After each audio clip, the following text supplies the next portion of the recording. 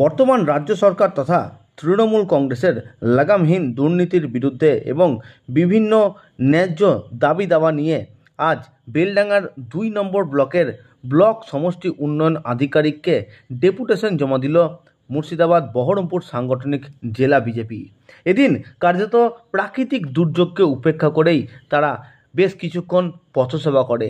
এলাকার একাধিক সমস্যা এবং তার পাশাপাশি যে সমস্ত মানুষরা ন্যায্য গৃহ আবাস যোজনায় ঘর পাওয়ার দরকার তারা ঘর পাচ্ছে না, অথচ যাদের দোতলা তিনতলা বাড়ি তারা ঘর পাচ্ছে, এবং এলাকার রাস্তাঘাট, এলাকার একাধিক পরিকাঠামো ব্যবস্থা এবং মাফিয়া রাজ ও জমি মাফিয়াদের বিরুদ্ধে একাধিক আন্দোলন গড়ে তুলেছে জেলা বিজেপি।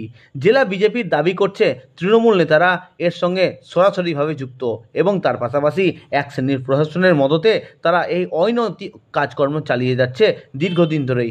আজ বহরমপুর সাংগঠনিক জেলা বিজেপির পক্ষ থেকে বেলডাঙ্গার ২ নম্বর ব্লকের ব্লক সমষ্টি উন্নয়ন আধিকারিককে তারা লিখিত ডেপুটেশন দেওয়া হয়।